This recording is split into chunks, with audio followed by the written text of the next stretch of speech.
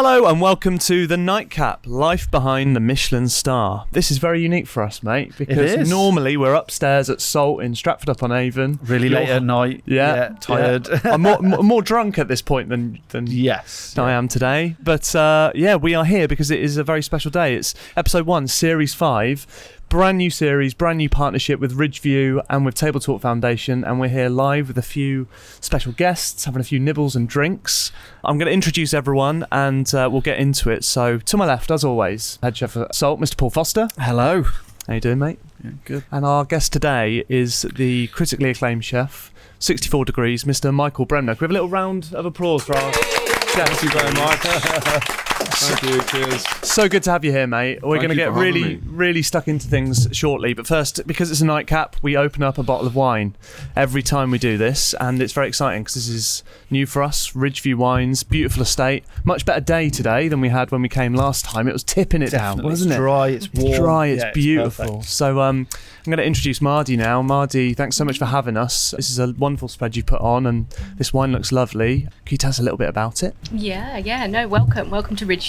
Really exciting time for us on the eve of harvest. So we're just about to be picking our grapes. Critical time then, right now, yeah. Yeah. And, the build-up in this last kind of burst of sunshine has been so welcome as well. That's the reason why we've chosen today our Blanc de Blanc. Wonderful. So Ridgeview Blanc de Blanc 2018. The reason we've chosen this is because we're sitting right beside us is exactly where these grapes have been harvested from the 2018 bumper vintage. So 100% Chardonnay, Blanc de Blanc from a super vintage, and this has just been launched. Yeah, so cheers and welcome very much to Ridgeview. Nice. Thanks Cheers. so much. Thanks for having us. So 2018, that was that really sunny year with the World Cup, that amazing summer. Yeah. So that's really helped the Chardonnay, Yeah. So if we can remember back, it was of the time the most critically acclaimed English wine vintage, both in terms of volume and also quality as well. I think we got up to 12 million bottles that year, which we haven't reached, but hopefully we'll reach again this year as well. This looks beautiful. Brilliant. Cheers, everyone. Cheers. To a great nightcap. Cheers. Wonderful.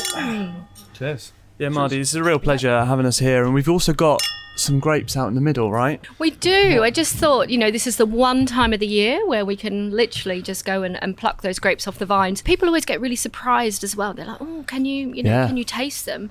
But they're beautiful. There's always got that backbone of acidity, but also, just lovely and sweet. And what we're after is that balance, that critical time.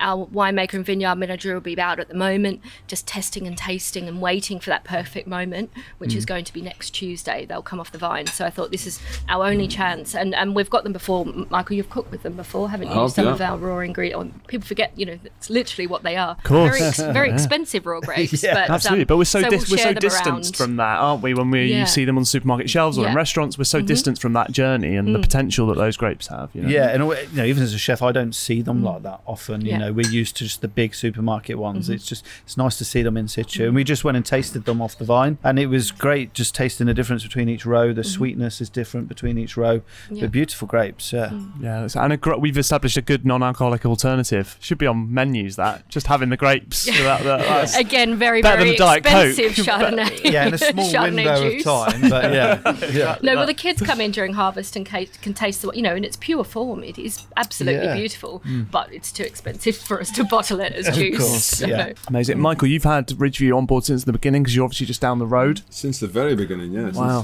10 years ago? Is that 10 years this next week. That's no mean feat in a restaurant, 10 years. It's been pretty crazy, I'm not going to lie. We've had some mega highs and some little lows, but it's been amazing. Okay, well, we'll get into that shortly. So coming up on today's podcast, we're going to do all the usual bits. We've got boiling point. That's when our chefs tell of the real heat of the kitchen. We've got some hacks, some myths to dispel, questions from our guests, and also we've got some, I guess, book club favourites, which is something we're doing new for this year. Yes. So we want our chefs to recommend a cookbook. One that means most to them. Yeah, can't be your own. That's the only rule. Can't be any of mine. That's the only rule. Don't want any embarrassment. Cool, but we're going to start with you, Michael. 10 years, we just touched upon it then. Just before we started recording, you just said 10 years. And I said, has it gone quickly? And you went, no. It's been a long... It does feel like, when you look back, for how much we've achieved, which has been quite a lot, I feel like I've aged a huge amount. Really selling the lifestyle. Yeah. It's not... No, I've loved every minute of it, don't get me wrong. It's you have to love being in that environment to sort of achieve it, I think. You know, you can't just think, I'll do this and see what happens. You've kind of got to give it your soul. Yeah, you're all in, aren't you? Exactly. Yeah. And with that, I think you just sort of, you know, it's sleepless nights. It's a whole package of things, you know. And I think it can have a toll on the body. It's like I said earlier, you know. I feel like I said this when I started. I looked like Ed Sheeran, you know. I had ginger hair. It was all happy days, and then now I'm like Gandalf, you know. It's like, Oh man, it's brutal. service. Well, when I opened Salt, 7 years in March it'll be, and I didn't have a grey hair. And now, you know, I've got a bit of product in, I'm hiding it. But, so I've got 3 years and I'll be the same, Yeah, mate. It's coming, I'm telling you. Oh man, that is incredible. So when you know 64 degrees then and now, obviously they, you know, different forms, different shit, you know, it's sort of evolved over time, would you say? Was there a long-term plan when you first set it up, or was it you know, you sort of get a feel, move forward as you adapt? The whole thing around 64 degrees was to have somewhere that was sociable.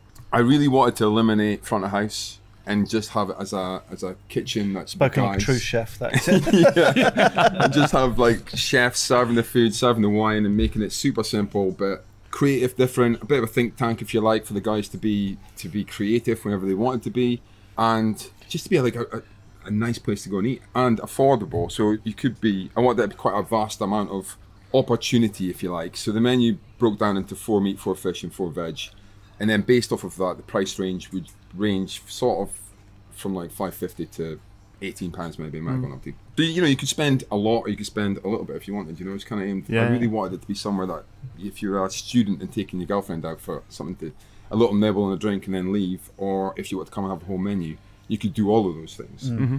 And that was basically the basis of how it went. And then eventually... Was that quite unusual at the time? Because I mean, you know, I think so. There wasn't many doing it. Yeah. I think the original part of it was that you were in direct contact with the chefs. So we did have to have front of house at the end of the day, because none of the chefs knew anything about wine. And just the thought of everything going, portion glasses and stuff, everyone was like, no sense. So it all kind of just reverted back to front of house and kitchen, and, you know, we were like one team. But I had there's 10 covers on the pass.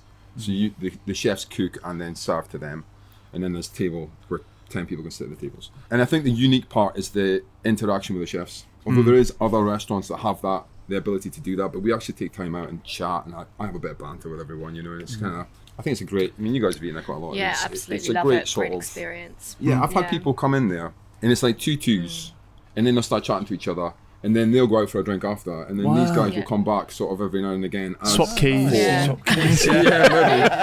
maybe, I'm not sure. So I had one a couple of months ago where it was the whole pass. It was a quieter night. There was like 10 covers on the pass. There was a few tables down at the bottom, and everyone just started talking to each other. A woman at the far end, it was her birthday. These guys down here, they'd just come over from America because they'd seen me on TV or something, and they really wanted to come over. And it was just like such an amazing environment. Wow. It's what a restaurant should be about. Exactly. Isn't it? Yeah. Yeah. It's magic when that happens, when you get that environment and it all works and it all clicks and there's a vibe and, you know, all those sorts of things. And good music. You always have great music. That's what I've always pride loved myself about in the music. Do you? vibe. Do you select it, or you like handpick all the songs? Yeah, well, Bird scarers. it's a mixture. So it just depends on the moment, I suppose. But sometimes it can be quite it can be quite upbeat. You know, there's a lot of like house music. Sometimes there can be a bit more sort of gangster rap. You know, it can vary quite a lot. Wow. You know, you get quite a lot going on. I love listening to Stormzy when I'm eating a scholar. Yeah, exactly. It's great. Exactly. It can get out of hand sometimes. You know, you got to change the music quickly, but no, it's really good. Everyone's normally quite interactive towards it. You evolved from doing the small plates sharing idea and changed it. What was that? Was that a business decision? Was it a creative decision? You know, what was the thinking behind that pivot? I think at the time, to be honest, it was COVID.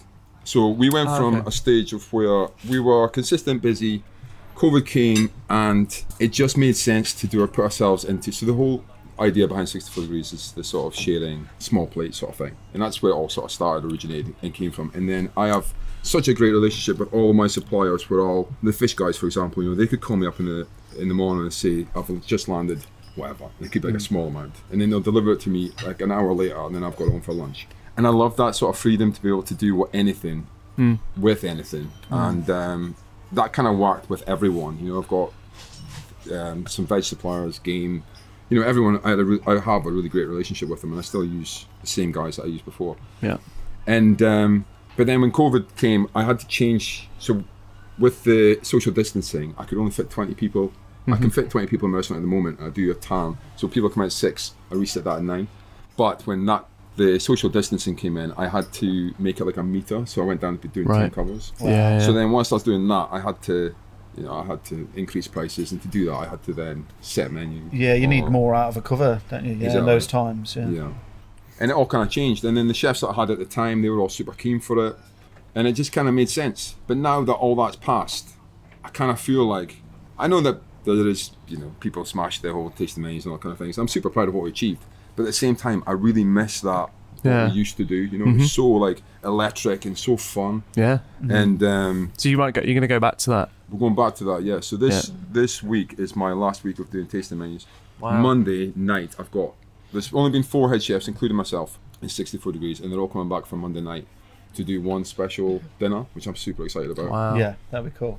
They are great. A guy called Sam Lambert, he was my first sort of head chef. He was brilliant.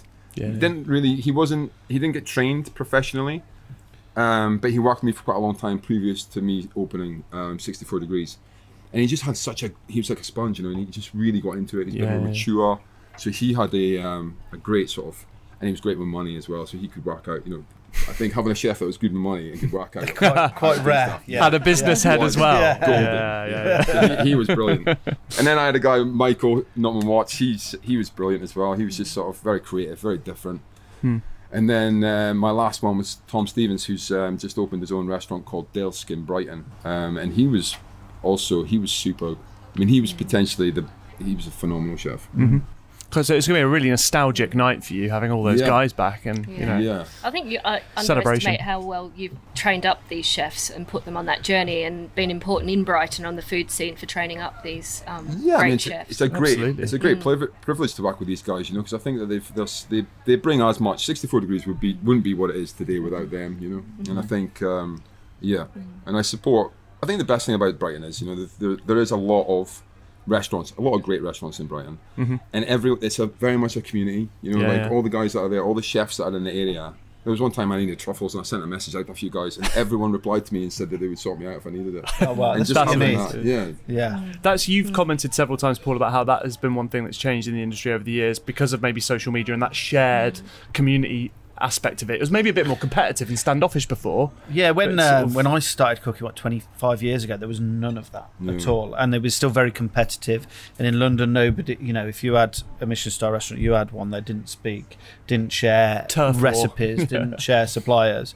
But now we're in the place where I think we understand, these generations that come on, you understand you have to do that. Like great suppliers, if you have a small supplier, like our butter supplier, he's one man. He started one man on his own, and I was the third person to use him, and then I passed him on to guys like Sat and stuff. Then all of a sudden his business has grown. If you hold on to them, they go bust, and you lose that great product. It's so important. We share recipes, and staff move about, so that community is, we don't really have that in Stratford, but I wish we had what you had, what you've got in Brighton. Yeah, it's great. For want of a better word, an actual scene, like a thing. Scene, which is in Stratford is the opposite. It's chain heaven. Because of the theatre, and because it's a very different environment. Every now and again they do these events in Brighton as well, where all the sort of chefs get out. It's a wild event, whereas it's like the zoo opening up for the day. Like they just come out and it's just see, that's crazy. What I want. That's what I want in Stratford. But it's a great night out, and everyone's. I'm sure there is somewhere along the lines there's bickering or there's something like that. But from my experience, I absolutely love it.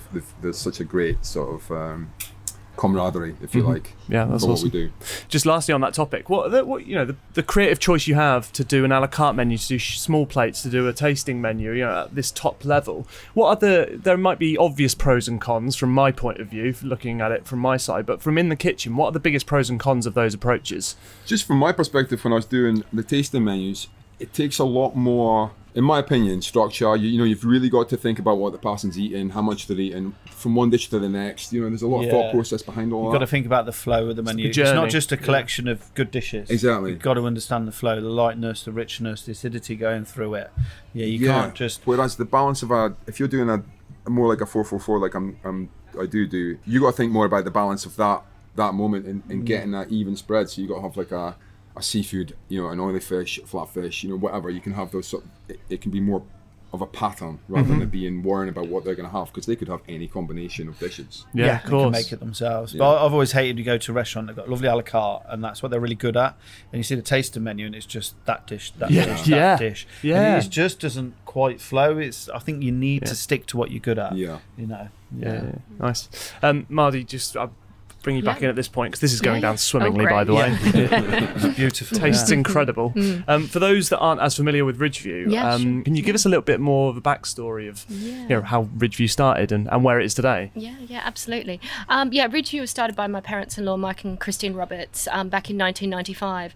And at the time, there wasn't really an English wine sparkling scene. So we're really proud. They were entrepreneurs at the time, had a love of champagne, and as my father-in-law would say, it wasn't rocket science. If we're going to concentrate on anything, we're only 90 miles, let's bring champagne here. Yeah, nice. So it was, but what was similar was the soils and the weather condition, but it was just a bit untested. So they had that entrepreneurial spirit and began Ridgeview. Originally, we began about 20,000 bottles. Then their son Simon, my husband, got involved in the family business. First had a love of viticulture, then found out he had an excellent palate, which I'm sure Michael will agree. He's so has evolved and is now our head winemaker. So we're still very much a family concern. And my sister-in-law Tamara sort of joined in the family business. We knew we were onto something good when we were awarded English Wine of the Year, and then went on to win. We've actually won International Sparkling Wine of the Year twice in separate competitions. Incredible. So we've grown Ridgeview now under Tamara's guidance, our CEO, from sort of 20,000 bottles, now producing up to 500,000 bottles. It's insane. And lots to celebrate along the way, but also what we really do celebrate. Well, Simon gathered me along the way. I was originally from Australia, but I'm working in the wine industry, and came over 20 years ago now, and have just loved watching how much the English wine industry is growing, particularly now even tourism, and look at us now sitting in our restaurants. So it's been a really, really exciting journey, but I'm really proud of Ridgeview's place in that journey, and then seeing all the other wonderful English wines out there now as well. What really stuck out to me mirrors what Michael was just saying. When we met the last time, you're talking about you have the community as well. It's not, enemies against each other. There's a real community of English wine, which is only going to strengthen the industry, isn't it? A real similarity, and I thought exactly the same when Michael was talking about all the young chefs that he's trained up, and I've watched them under Michael's guidance and seen them go out and create great. We've been a bit the same. Simon's trained up so many fantastic winemakers. We're really fortunate. We're near Plumpton College, so England's only winemaking college is 10 minutes down the road. Okay. So a lot of the students come and work with us, and Amazing. they've worked under us, and we've now, actually you had Gosborne in the previous series, so Charlie worked here for I think about 8 years, and we're really proud of his Gosborne, he's now moving on as well. But it's actually quite a small world in some respects. It's a really small world, and we're a bit like Michael just said, when all the winemakers and everything get together, have lots and lots of fun, because we really feel that, we've seen our businesses grow from these little hobbyists now to international kind of global businesses, it's brilliant. but still remaining family values at heart. That's the thing, because you've still retained that family feel, and that's why potentially, especially when we came a couple of weeks ago for the first time and had a little tour around, and we were like, when we went down into the cellar, we looked at that bit in Aladdin where it all opens up and falls down. We were like, what on earth is going on in here? It was as far as the eye could see wine. I was like, this is absolutely, the scale was up to 1 million bottles. Really proud of that cellar as well. That goes with our ethos. We're a sustainable family business, B Corp now as well, which is something we really celebrate. But that cellar, we're the only one in England to have that underground, which is perfect for temperature control, which is so important, as you will know, for a chef. We don't want these fluctuating temperatures. So, and that can now store up to 1 million, beautiful conditions. Also, because it's all about, ultimately, whatever we've done, it's all about the quality and the bubbles, and we can't compromise on anything like that. Yeah, absolutely. Amazing. But it's great to see this restaurant you set up as well.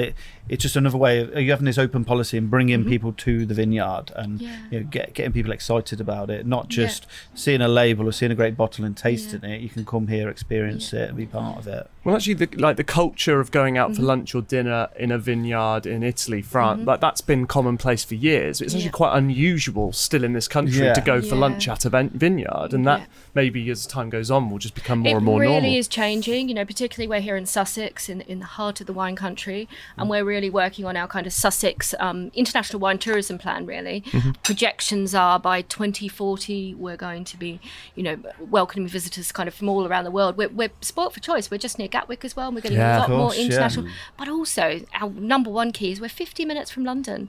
So people can be in a train, Burgess Hill Station, and amongst, you've seen why we're called Ridgeview today, because we do have this glorious view. And also, it's a bit similar to Michael's menu. We've got kind of, not as nuanced as yours, I would say, but no, we've got an excellent chef that's matching our food. But what we want to is create a really relaxed environment as well. Sometimes wine can be a little bit intimidating, and we wanted to create a space where people could just really, really enjoy the foods and the flavours, and perfectly pair them with our sparkling wines as well. Amazing. Great. Well, again, thanks so much for having us, and we cannot wait for this journey we're going to go on throughout this next series. We're actually going to... I'm going to be blunt. Can you switch out for Dan now, please? Because we really want to talk to him about table talk stuff. While Dan's coming in, Michael, I just wanted to quickly touch base with you about the whole wine pairing stuff, because I know you don't drink, but what at the restaurant is there, like, do you liaise with the front of the house staff about pairings? Do you still get involved in that side despite not tasting it yourself? Like, how do you navigate that? We basically talk a lot. I'll explain the dishes that are coming on, and then it just kind of works together. I still like smelling the wine. I still think, when you see these that xylophone player that's deaf or whatever, she feels vibrations. I feel like I could be that guy, but with wine. Your other senses are heightened because you don't drink. That's what senses. I still get involved in the wine tastings, and I'll sniff the wine and all that sorts of things. So. I'm not dead. I've just stopped drinking. Right,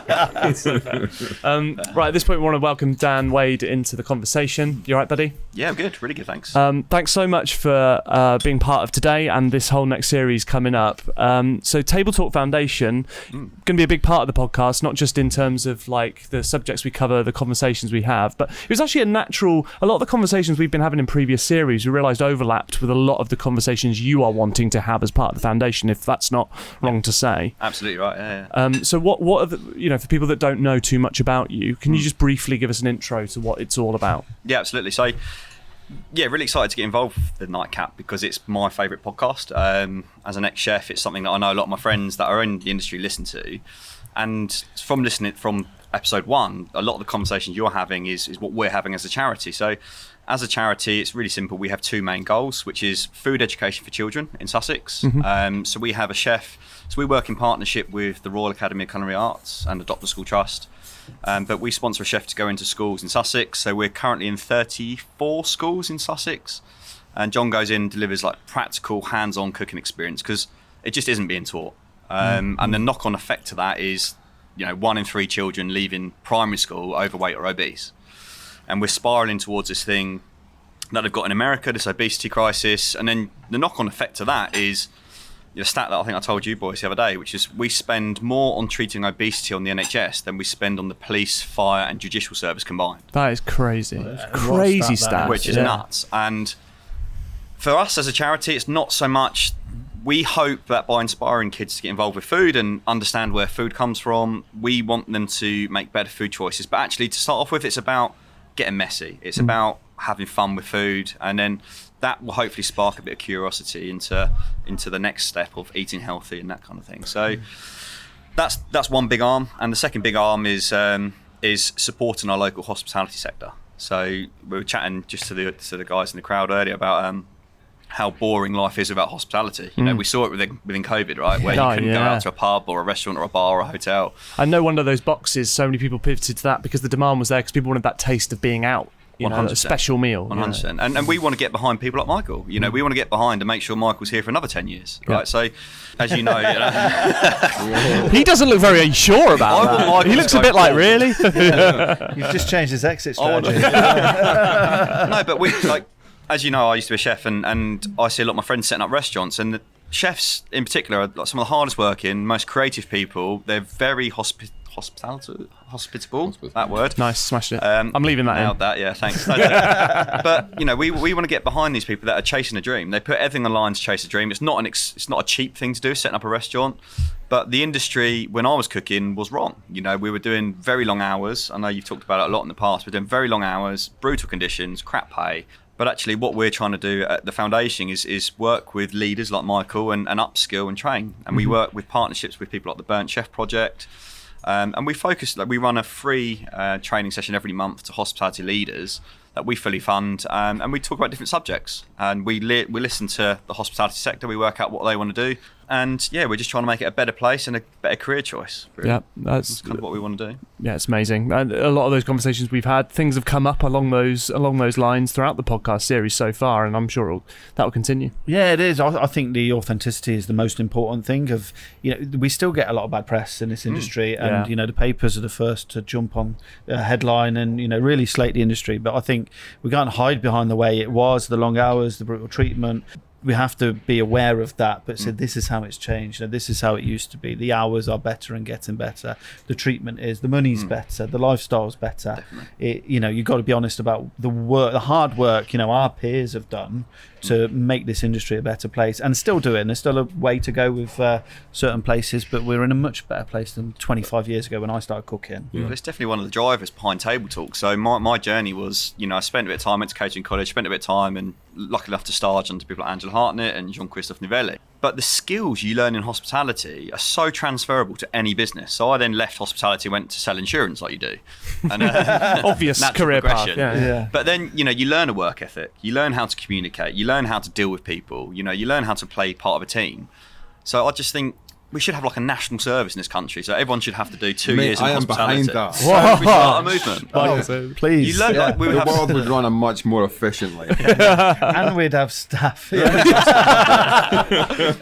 that's kind of our mission is to give hospitality some staff by making it a better and a good career choice. Because even if you do like I did a few years, you learn so much. And and without my time in hospitality, my business wouldn't have gone where it is now, which has enabled me to go and do the charity and stuff. So look, I'm a massive advocate, and I think most of my clients in my insurance business that are business owners, if you speak to them, they all start in hospitality. Yeah. There's a clear kind of correlation between time in hospitality and then going on to run successful businesses. That makes so much sense. Just quickly going back to sort of the first of the two motivations behind Table Talk around education and kids. I never did food tech once at school, like not a single day, not a single second of it. There was no D in GCSE of it. Did you? I never knew that. Yeah. Seriously? Yeah. That's hilarious. There wasn't much cooking, in my defence. Yeah. Well, yeah. I mean, but yeah. I mean, I was overweight when I was a kid. My parents were rubbish cooks. It was all the education. It took me as an adult to take it on as my set. And I think if I'd have had those foundations in place, I'd have had a completely different childhood. I'd have had a completely different outlook, I think, from a much earlier age. And it's those stats are frightening that you throw out there. It's just simple things like when you look in Europe and just the vegetables and the children know and familiar with, and in this country not so much, or just the amount we sit around the table, like it's nowhere near as much as in France or in Italy, and just really getting that appreciation for food, and not just on a health level like that. That face-to-face communication that's been lost now. We're all stuck in our screens and our phones, and just I think there's a lot of important stuff around just food and getting around a table. I think if you look at like mental health as well, I speak to Chris quite a lot at the Burnt Chef Project, but cooking for me is a mindfulness tool. It's what I do on a weekend to switch off. I know it can be stressful, you don't know what you're doing, but no, I'm the same. But it is a mindfulness tool. If you spend a couple of hours just in the kitchen, it is very therapeutic. And if we can kind of encourage young children to do that, we have got a mental health issue. Problems in this country. So, I'm not saying it's going to solve it, but it can go a long way towards it. Like a good diet, I know it myself. Like if I'm working too long, eating crap and not exercising, you feel it, you struggle. Whereas if you eat better and you enjoy what you do, you exercise a bit more, it just makes everything a lot easier. Yeah, I couldn't agree more. It's weirdly, literally last week I was listening to a podcast. I'm a big basketball fan. I was listening to a podcast and there was an NBA player on there. It's the off season and he was in Rome. And he was literally mind blown. He was like, God, I'm not going to do the accent because it'd be dreadful. Cool. But he goes, guys, I was walking down the street in Rome. He was like, there was not a single obese person. He could not get his head around. He was like, man, I was just walking and there's thousands of people. And no one was overweight. I couldn't get my head around it. I was like, oh my God. Like, he wasn't the sharpest tool in the shed, but he noticed that, and I was just like, that is a stark reality of like where America's at, where we're headed, compared to so many other places. Yeah, it's absolutely insane. Definitely. I've got 2 little kids. I mean, say little, but my oldest is 13 and my youngest is 11. 2 girls, and it is quite terrifying that. Do they engage with what you do? Do they like get it? Yeah, it's quite funny sometimes. This is me, terrible parenting. But I, you know, when you're at like a gathering or whatever, and people would know that I'm a chef, and they would say to my daughter, "Oh, do you what kind of things do your dad make?" And like everyone's not. I mean, I make fish fingers and stuff like that. You know, I do make beans and whatever else. So it's not like. But my eldest daughter was like, "Oh, he makes this truffle pasta with a confit egg yolk. It's lovely." And I was just like, "Oh god, worst parent ever." Every parent's looking at me like, "Fucking hell." That is amazing. That is incredible. Just a little snack. After school snack. That's the way she said it though. She was like, "It's just." Chef's kiss. Yeah. So Esme's heading that way, man. She's well into it with in the last couple of years. Daughter, she's 10. Yeah, she's really come on, and she loves getting involved in the kitchen, and it just makes me so happy to do. I'd never want to force them into the industry, but I really want them to have an understanding of it, and they eat more when they prepare it. It just, the vegetables they just won't touch if they haven't been involved. But if she's prepped them, she's eating a lot. But it's funny. What is that? And my son's getting into it now. He's 6, and he's helping around the restaurant. We had him like the other day. We were closed on Tuesday. I had to go and put the bins in, like these 660 litre bins, and he's tiny, and he's pushing these bins up steps with me, and they just really want to be a part of it. God, staffing issues are bad. Child labour. It's all right. I'll give him some truffle pasta. It's interesting what you say about. There's one of my key sort of drivers that I looked at when setting up Table Talk was there's a TED Talk I watched called The Gangster Gardener, and it's amazing. I don't know if anyone's seen it, but it's a guy in Compton in Los Angeles. Like, so he noticed this obesity crisis going on. He read like the council policy, which is like the sidewalks, the verges that we have over here. Like they were the responsibility of the property owners to maintain them. So he turned them all into community gardens. Wow. It's a fascinating watch. It's a really worthwhile watch. But he basically turned these like sidewalks into community gardens. And he was like, over there they got more drive-throughs than drive-bys. It's like fascinating how he transformed a community just by gardening. Yeah. And the thing he said was, if kids grow tomatoes, they'll eat tomatoes. Yeah. And it's so true. It's so true. It's so funny how that, because you've said the same, and it's funny why. I can't even put my finger on why, but kids just engage with a different level. Yeah, and they love it. And I take mine in every Tuesday. We're closed Sunday, Monday, Tuesday, but we make the bread the day before. So I go in on a Tuesday and make the bread, and they come in with me after swimming lessons, and they both fight over who's helping making the bread. That's amazing, man. That's magic. Yeah, and they don't have any of it. They just want to be part of it for the business. Yeah. I love that. Well, we're going to be, theming some of our conversations and topics throughout this whole series around the stuff you guys do. So thanks again for getting involved, Dan. It's an absolute pleasure to have you here today. Feel free to stick around on the end, or you can go back to your food and wine over there, whatever you want to do as we carry on with this. But we're going to launch into Boiling Point next. So this is one of our most regular features we do. Michael, you sound a little really nervous. You're right. I'm going to leave him to it. So this feature is all about, we've just talked about it there, like this industry's got a past and a present, but there's loads of times where the shit hits the fan and you might lose your nerve or someone loses it on you. So we want stories of the kitchen, of times things have gone wrong, or any stories of extreme heat. Who wants to go first? Yeah, I'll let you go first. Great. Guess first. Yeah, guess first. Go on then. Come on then, Michael. So my one was... I was the pre-laugh there. Oh dear. This is many moons ago. So I was an apprentice. I worked in the northeast of Scotland in a country hotel called Portobello House. It was very sort of grand. It was a beautiful place. It had like a massive amount of land, and there was a walled garden that the head chef used to do all the gardening there and then collect it. He was brilliant. So there was one day, probably at the beginning of my time, sort of the first 2 years, where my mum worked there as well, actually. So she was the one that got me a job. Oh, nice. She did the breakfasts front of house. My mum trained as a chef. I should probably say that. She trained as a chef, and then once she had kids, she then moved into the front of house. So that's kind of where I think I got it from. She was very creative in the kitchen, and she enjoyed cooking and stuff. So I was always in the kitchen with my mum. Anyway, so I'm in the kitchen, and one of the waitresses that was my mum's mate, called Sandra, me and her were talking, and the head chef, his name was Bob. I've got to say right now, I absolutely love Bob. Like we worked together for 5 years. So what happened? It passed. So so He was at the far end. Imagine quite a distance. If you imagine like way over there, right? Okay. That grey door. Yeah. So quite a distance away from me. So I'm talking to Sandra. We had a lot of mise en place to do. I can't remember, some sort of wedding on or something like that. It was just me and him in the kitchen. There was like a main kitchen, a pastry kitchen, and I was in the pastry kitchen. There was like a door entrance way. Like I say, he was miles away. I'm talking to Sandra. So I'm talking away. He acknowledges that I'm talking and I shouldn't be. Shouts at me some sort of abuse. And tells me to get back to work. He turns his back on me. I replied, obviously saying, yes, chef. He then turns his back on me, to which I give him the fingers, thinking, result. And as I'm sort of bringing them back down, I'm still talking to Sandra, and he's turned round and seen me. Oh. So he grabs the closest thing to him, which was a spoon, and he throws it from there. Oh my God. And connects in my face. Oh, no way. And I went down. It was proper brutal. Oh my God. God. I had, like blood all over my face. Did ya? It was Mother's Day. That was it. Oh wow.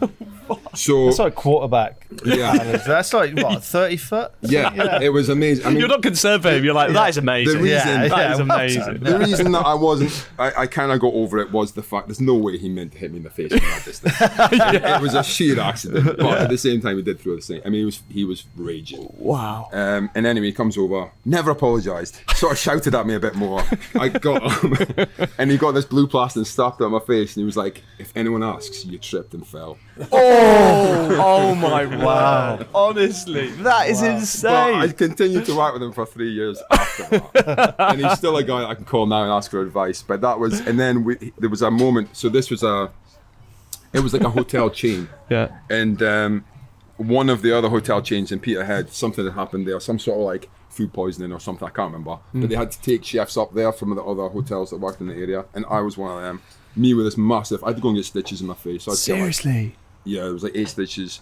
So I'm standing in this kitchen. I'm like a junior commie, you know. I've been working for about 2 years. My head chef's standing there. He's about up to my shoulder. He's a smaller guy than me.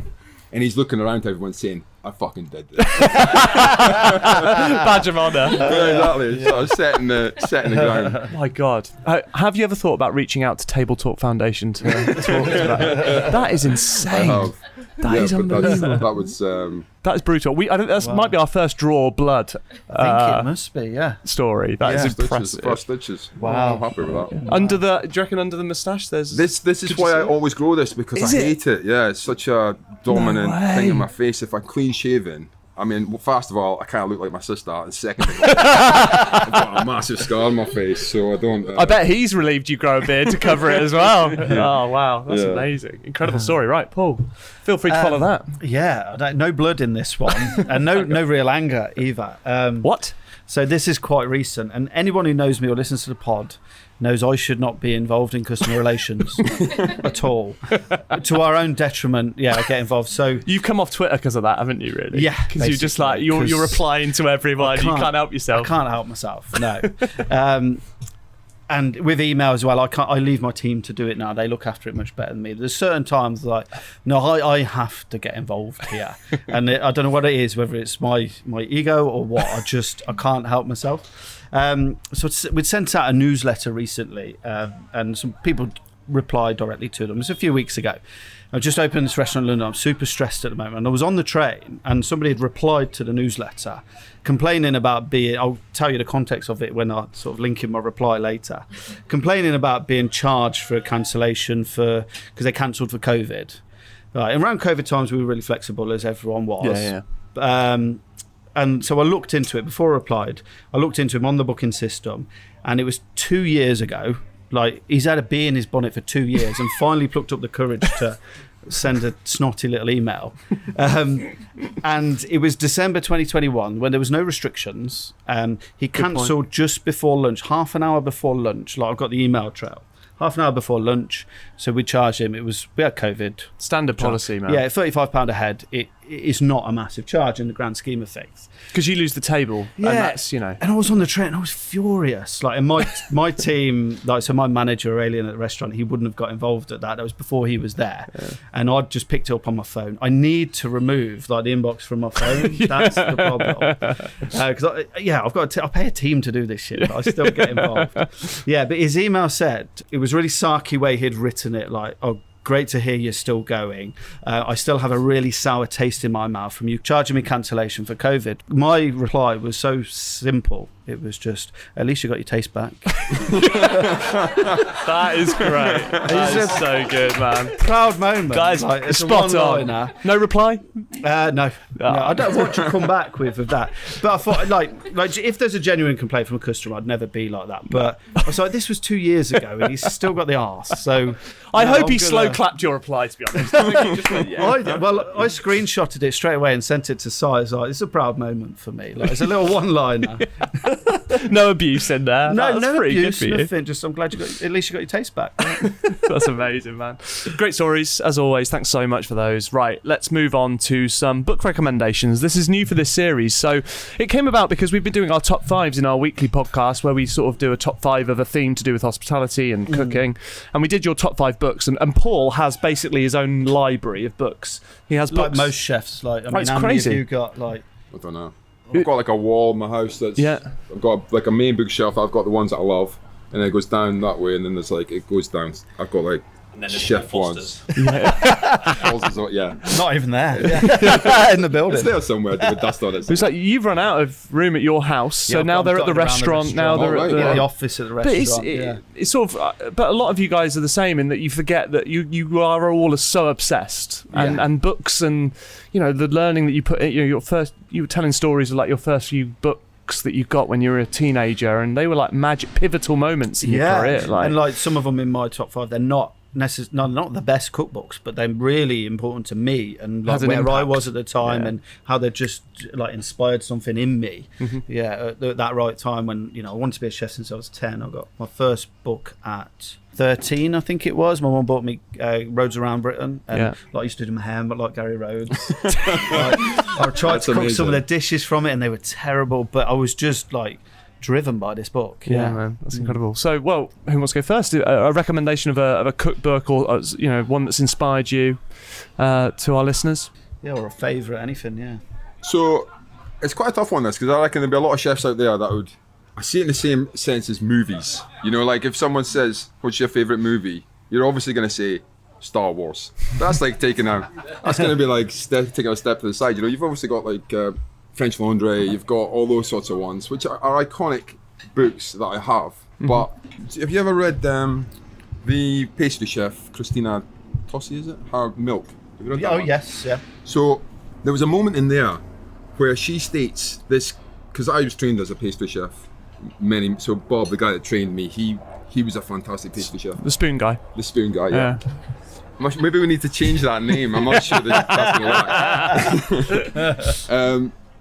Anyway, he trains a pastry chef, and I really got into pastry, and he sort of pushed me in that direction and got me a job in London and so on and so forth. But I was trained very much like classic French, classic British, and I was just told, like when I was doing a creme brulee, that's what you do, sort of thing, or an ice cream, that's what you do. And there was you never asked a question like why do you do that or whatever.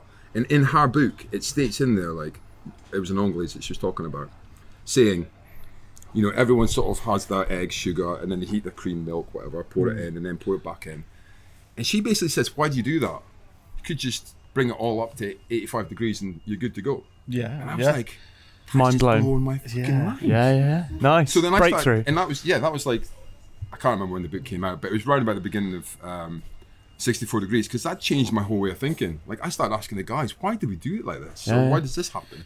Yeah. And it made me really think about stuff, and that's amazing. That is amazing, because you didn't know as you were about to read that you were going to have something that would profoundly change your outlook on what you do. Yeah, but that was hidden in that book, and then you just did. That is and when special. Sometimes you work, like I said about Sam Lambert before. He wasn't trained, never went to college, anything like that.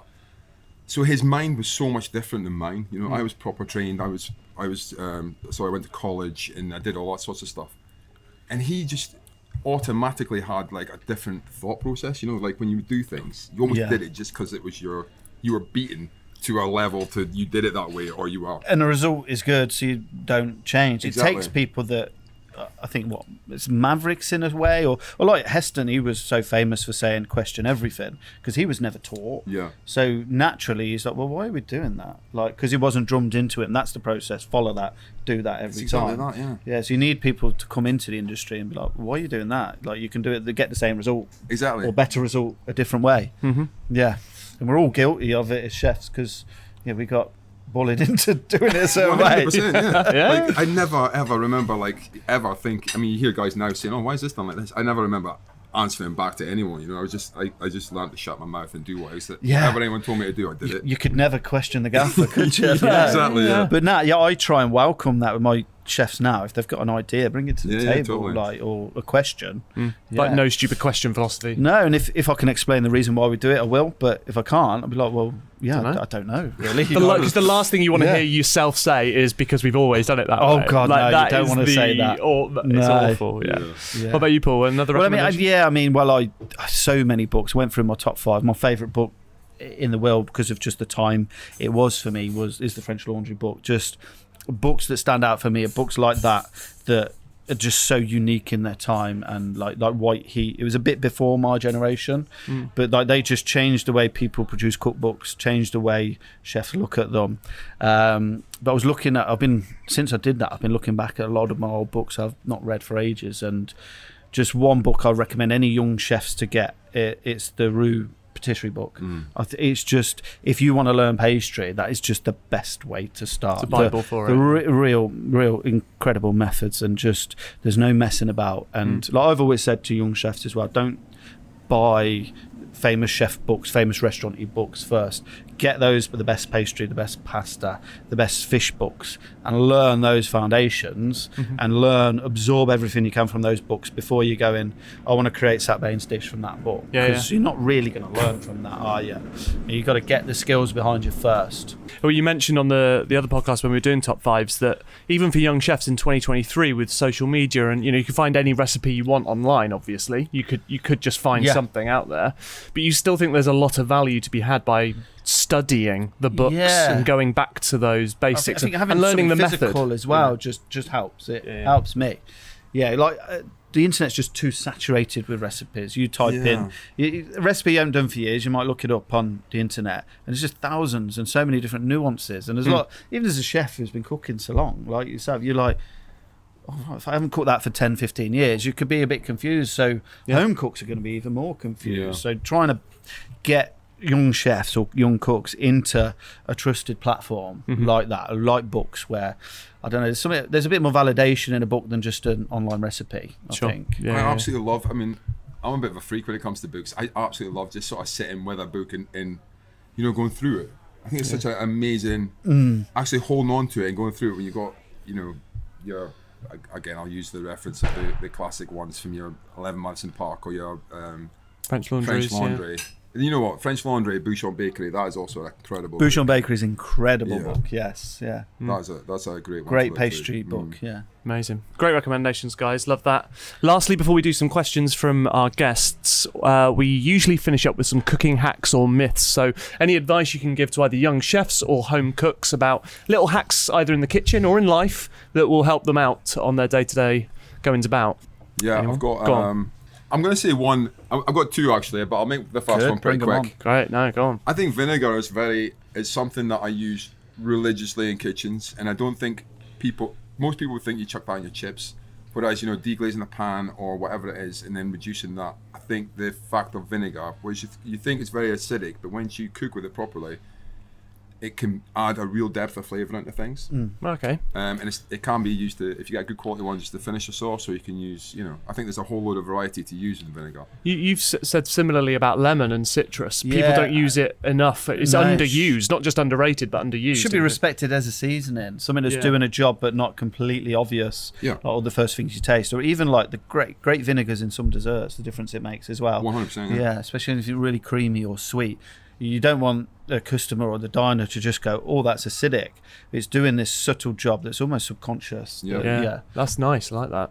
And also, my favourite one is tinfoil. Tinfoil used to drive me absolutely bonkers. If you dropped it and it had that little kink. Oh, don't. That keeps you up at night, the idea of that. And then you end up pulling it out and it just has that bit on the top of it. Yeah. So what you got to do is you take a rip of it and then you hold it pointing down, so you have it on a bench like a bench, but you're tilting it, and then you create this ball out of your excess tinfoil, and then you scrape it down it, and it will cut through all of the excess, and then it will all unroll.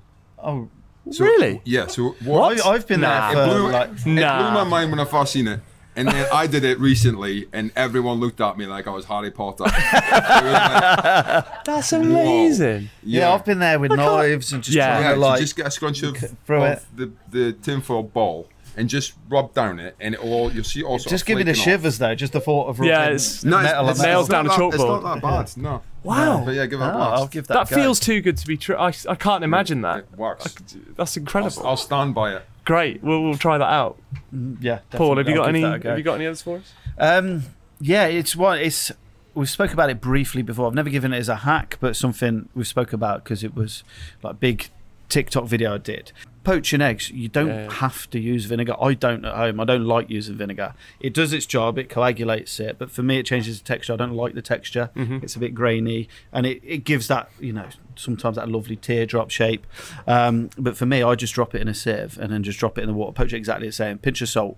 People tell you not to put salt in eggs because it breaks it down. It does, but over time, you can do it like seasoned scrambled egg with salt and cook it, because it's being cooked straight away and it's not breaking it down. But poached eggs, I'll never ever put vinegar in a pan at home. You don't need to. It's the quality of the egg, the freshness of the egg, temperature of the water, and just control cooking. Is it rolling boil? Is it simmer? I'll bring it up to the boil and just turn it down and then in. So you're getting that just under 100 degrees. And then you just turn the pan off if you want, leave it 3 minutes and just check it. You don't have to keep it ticking. It's I just don't like the flavour the vinegar brings. It just reminds me of all those horrible breakfast shifts in hotels. That stinking vinegar pan and that grainy egg white. I prefer that softness you get. And the pan with all the bits of the previous egg in it. Oh god, yeah. But you don't. That doesn't happen when you put it in a sieve, because you lose the wateriness that gets lost in the water anyway. Yeah. And you just drop it in. Yeah, that was a Heston thing years ago, putting it in the sieve. But you just get it looks smaller, but the rest of that just goes in the pan anyway. There's little scraggly bits. Yeah. Brilliant. Great hacks, guys, especially the tenfoil one. I'm going to try that straight away. I'm going to deliberately mess up the foil let's get one and break it just intentionally. Let's do it. Right, we're going to take advantage of having actual guests in front of us, because we normally, obviously, it's just us in a room at midnight. So it's actually, weird to be in the middle of the day and have people in front of us. But has anyone got any questions for Michael and or Paul? Anything about food or life? Go for it. What's your opinion of people like Salt Bay? That from on the face value seems to be all about image and no substance. I think you've answered your own question. Yeah, you've answered it fully there. I don't know what we can add to that. I know obviously bring this hospitality and chefs to the forefront. No, I don't know. No. No, I mean, personally, you can't. Fair play to him. He's done well. He's made money. He's capitalised on a meme, but. I don't know about you, but I have no respect for him as a chef. Haven't developed that yet. No, with my restaurant being called Salt, we've got a chef's table upstairs where I cook in the room for the guests. The amount of them that have asked me to do it for a camera, and there's a minimum 10 grand. I would never do it. Honestly, I feel like I was selling my soul. I can't even do the action now. It just makes me cringe a bit. Yeah, just in case, because he's got a camera over there. I don't want him seeing me do it. But I think everyone in the industry knows what it is. He's a gimmick, and he's made money off it. So fair enough to him. But I would never waste my money in his restaurant at all. Marcus Waring said he chatted about it on one of those channels, didn't he? He said about how he went to the one in Turkey. Yeah, and he said that it was actually reasonably priced for what it was. Place, yeah. But the one in London is just ridiculous, crazy money for not exceptionally good quality anyway. But his restaurant's dead when he's not there. It's only busy when he's there. Yeah, makes perfect sense. I don't have an opinion. Probably the best. It just reminds me of that sort of Wagner and all that, from X Factor. Yeah, a novelty BGT exactly. act. It's a novelty thing. It doesn't, doesn't enter my world. No. Any other questions? Yeah. A little bit off piece, but I've recently discovered alternative spreads for toast. I love putting pesto or hummus. Have you ever tried anything similar? Rogue choices on toast. Oh, rogue choices on toast. Like that. Oh, actually, next week we're doing that. Top 5 things on toast. We're genuinely doing that next week. But no. Well, this will be out after that. You should put on toast, and that's peanut butter and Marmite. Yes, mate. Combo is. Yeah. My favourite is it's Branston pickle, but it has to be small chunk, not large. It can't be large chunk. It has to be loads of butter and then small chunk Branston pickle. That's good. Oh, it's so good. That's dessert. I'll have Marmite for main, Branston pickle for dessert. That's it. Yeah, a bit like Peep Show. He does. Yeah. No, if you're having 2 slices of toast, it feels right to have a mains and a dessert. Yeah, I'll form a tasting menu out of it someday. But, yeah. Nice. Michael, That's a good one. Outside of peanut butter and Marmite, any other rogue ones? Slightly unusual things on toast? I'll tell you something I do on an odd occasion though, which is, I'm not sure if it makes me a psychopath or not, is a packet of ready salted crisps with brown sauce in it and Tabasco sauce, and give it a little shakeroo. Oh really? Yeah. Oh, I like the sound of that. Yeah. Wow. Yeah. That produced a gasp. That was incredible. I mean, you could make that in a little toasty and go for it. I'm not sure. Yeah. That'll be on the next one. Amazing. Good ones. Yeah, so go. On that note, what's like the simplest, most delicious dessert you can make at home? Lovely. Wow, the simplest, most delicious dessert you can make at home. Crikey. It's not something I make a lot of at home. Yeah, do you really. eat desserts just when you're at home by yourself? Yeah, my kids are quite simple with it. They love a crumble and things like that. So quite basic. Those things are great. They've been bastardized by big, supermarkets and, there's soggy crumbles. But a beautiful crumble, I know it's a very simple answer. So easy to make, but they've kind of been a bit forgotten and a bit disrespected. Love crumbles. Yeah. Steamed pudding. A steamed pudding. Well, I'm a bit of a knob actually when I start cooking at home and stuff like that. I'll make things. Truffle pasta. Yeah. Go on then. What souffle we have in? It's your daughter's favourite raspberry souffle. Exactly. No, it was more like, I made my daughter's profiteroles and all those sorts of things, and we do like donuts and stuff. But I wouldn't say any of those things are easy. So I'm not very good at that. I wouldn't just whip up like something. I would just have a bar of chocolate. Nip to the garage and get a whisper. I wouldn't be. Yeah, exactly. Yeah. No, but there is a lot of simple things you can do. Just like a pasta is super simple but nice and fresh in the summer. Even like a panna cotta is one of the easiest desserts you can make, and it's enjoyable with loads of summer fruits. Yeah, and if you just get the gelatin right, so it's got a nice mouthfeel, but it's so simple if done right. Yeah. Nice. Great one. Go for it, man. So you kind of alluded, or you gave an overview of sort of removing front of house from your restaurant when you initially started. I wanted to, yeah. I'd like to probe on that a little bit, because I found it's quite interesting to try to change the operations of a restaurant, right? And so I was curious, what was the motivating factor for that? Because I always had a problem with them in the past. When I started, I was an idiot at the beginning of the time. When I started doing 64 Degrees, I only thought it was all about the food. And I had such a one-mind direction about that. And it wasn't until, I must have been open for probably 3 or 4 years before I really realised that it was about the whole experience. I'm quite ashamed to say that, but it's fact. And did you open without a bar? Yes, I did, yeah. I really? Wow. Where did you do the drinks? It wasn't intentional. Oh, right. It's just about the food. Just forgot. Exactly, yeah. So I'd done it with a designer and we'd done everything, and then someone came in and was like, "Where are you serving the drinks from?" And I was like, "What?" And then it kind of went horribly wrong after that.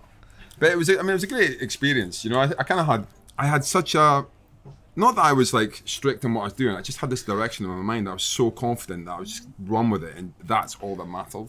So in hindsight, does it feel like that was actually a bit blinkers? Yeah, it was ridiculous. Yeah. Anyone that, if I was to write a book of how to open a restaurant or how I opened 64 Degrees, it would be 100% what not to do. I'd had wine glasses that were, do you remember them? The Brussels glasses that were like sort of small versions of that, really. I didn't have like wine glasses or nothing. I just had one glass and you had everything in it.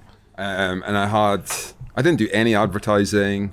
I just kind of opened the doors and see what happened, It was very much. 10 years. It's been going for 10 years. Right. I got a great review in the Guardian after about 3 months, and that changed my life. I think there's a quote from, I want to say Marco Pierre White or something like that, of that level, saying that there was a review. Maybe it was Marco and A. Gill or something, but he'd said like there was a review that he got that basically changed everything. But yeah, having that review just changed my life, and then I had to there was more front of house. For a 20-seater restaurant, I had 20 staff. That's what it was at its peak. Yeah. Wow, so I was doing 100 covers a day, doing 60 in the evening and 40 for lunch. It's good going. It's amazing. It was a lot, but it took its toll, back to the Gandalf. It does. Time for one more question. Apart from 64 Degrees, which restaurants in Brighton do you Oh, good one. Restaurants in Brighton you rate. Oh, rate. Yeah. Good. Do I rate? Well, my favourite restaurant in Brighton is the Chili Pickle, which I've been going to for years. And it's actually probably my death row. They had this we're not from Brighton, so talk us through the Chili Pickle. So the Chili Pickle it used to be just around the corner from 64 Degrees. It was a small place. It's an Indian restaurant run by two fantastic people, Dawn and Alan. And they then moved site and took it to a larger area, which is part of my hotel, near the library in Brighton. It's in the centre, and it's amazing. But it's not like, tikka masala and you've got like 7 options. It's very much like individual dishes. And then one dish that stood out for me, there's a few, but one particular is oxtail madras. And it was amazing. And they actually, when COVID came, they actually put it online. And I proper stole it. And they just found out today. Yeah. There'll be a new line of Michael Bremner curries. Wow. But that was one of it's definitely one of the greatest dishes I've ever had. Wow. And they also do like vindaloo, pork knuckle, but it's amazing. I'll definitely check it out if you get a chance. It's a great Sorry, that was number 1.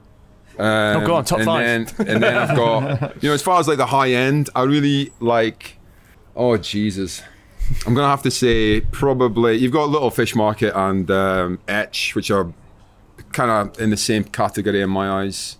I had this sandwich the other day actually, which is a banh mi in a place called Earl's, just up from Francamanca. I don't know what the name of that. I'm terrible with names. What's it called, sorry? Church Street, that's the one, yeah. And that was amazing.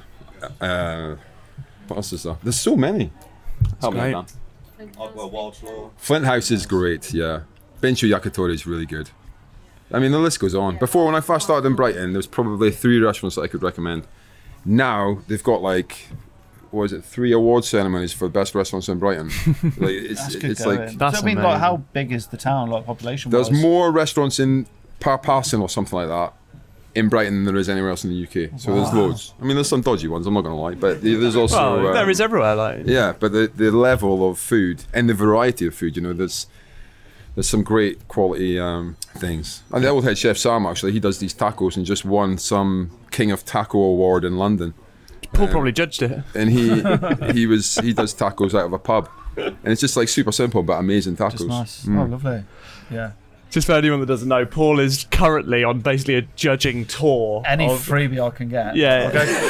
I'll go to the opening of an envelope. Yeah. He was in Amsterdam last week for the World Steak Challenge. You were in Birmingham for a wings. Yeah, judging the Wing Fest. Yeah. It's incredible. Yeah. Tacos in Brighton next week. Free food and beer, I'll judge. Yeah, man. I'm with it. Great. Well, thanks so much for your questions. Thanks so much to Ridgeview for hosting us with this beautiful wine and all these nibbles. Thank you to Dan from Table Talk as well for getting involved. And lastly, thank you to Michael and to Paul for a great nightcap. Cheers, everyone. A round of applause for our 2 chefs. Cheers, guys. Thank you.